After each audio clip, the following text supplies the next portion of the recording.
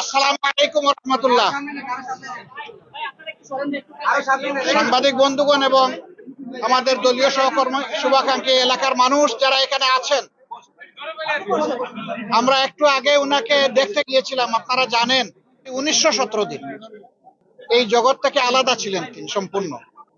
এরপরে আল্লাহর অশেষ মেহেরবানিতে দেশে একটা পরিবর্তনের প্রেক্ষাপটে তিনি ফিরে এসেছেন, কিন্তু ইতিমধ্যে তিনি তার অনেক আপনজনকে খুঁয়ে ফেলেছেন।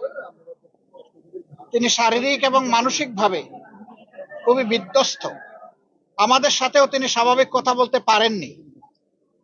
আপনাদের উপস্থিতিকে সম্মান করে তিনি আমাদেরকে অনুরোধ করেছেন তার পক্ষ থেকে আপনাদেরকে সালাম জানানোর জন্য।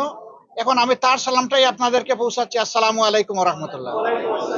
তিনি আশা করেছেন তিনি যখন সুস্থ হয়ে উঠবেন তখন দ্রুতই ইনশাআল্লাহ কথা বলবেন সকলের সাথে, এবং তখন আপনাদেরকে হয়তো আমরা দাওয়াতও করব, কোনো অসুবিধা নেই।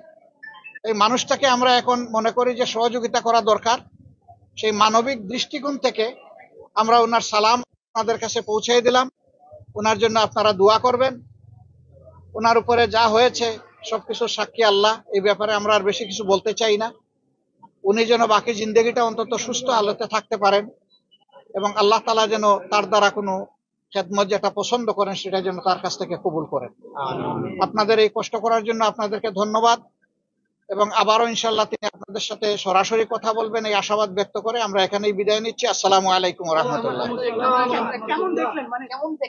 ভালো না, ওনার শারীরিক মানসিক অবস্থা বিধ্বস্ত। উনি ভালো না ভাই, বুঝতেই পারছেন। ওই নেওয়ার মতো পজিশনটা ওনার নাই। এই জন্য আমরা এটার ব্যাপারে ইনশাল্লাহ উদ্যোগ নেব। ওনার সাথে কিছু পরামর্শ করেছি। ওনার আত্মীয় স্বজন আছেন, তারাও তাদের সাথেও পরামর্শ হবে। সব মিলে ইনশাল্লাহ খুব শিগগির আমরা উদ্যোগ নেব। আপনারা দোয়া করেন।